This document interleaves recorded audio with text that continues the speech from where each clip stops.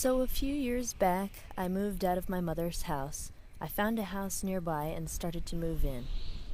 When I first arrived at this house, I had the key to the door and unlocked it, like you would normally do. I entered the main eating room.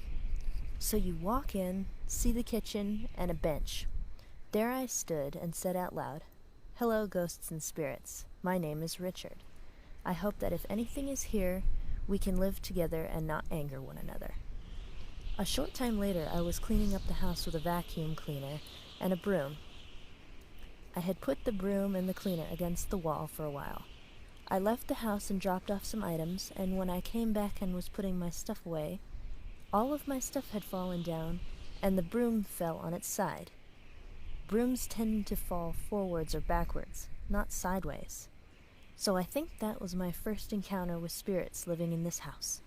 I have other odd stories to tell, but they're just not as good or not as worth it.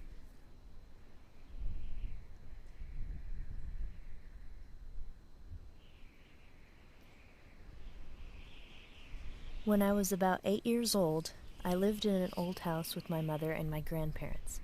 My dad had died 2 years after I had been born in that very house. I wasn't worried because obviously I had no clue what had happened. But that's not really what I'm trying to say. Strange things had been happening for 3 years after my father's death when we were still in that house. It usually happened on Friday the 13th and his birthday. The lights usually flickered, but that's not what was worrying me. It was the faceless figure I'd been seeing once a month on the 7th. He stood at the end of my bed for about 2 hours before turning around and walking through the door.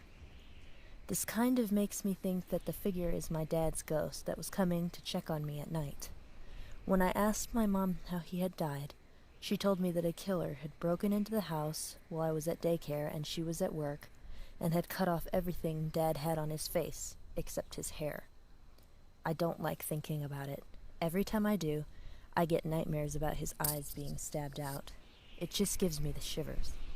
To make matters worse, I used to sleep in the exact room where he had been murdered.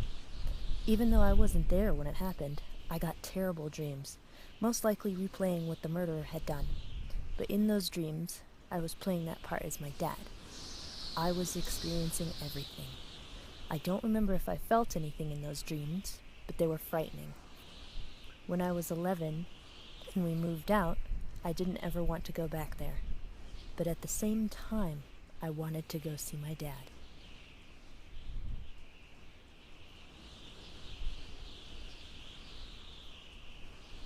When I was 1 year old, I saw a spirit in my room. It came out of the closet, then went back into the closet, and throughout the years I've seen the same spirit. One morning when I was 10, the spirit came out at 12 a.m. So I told my parents, and at first they didn't believe me. I told them to stay in the room with me, and they did. At 12 a.m. the closet door opened, and my parents said, "You see the door open?" My mom said yes. The spirit came out, but this time it had glowing red eyes. My dad freaked out and told it to go away. It just stood there looking at him.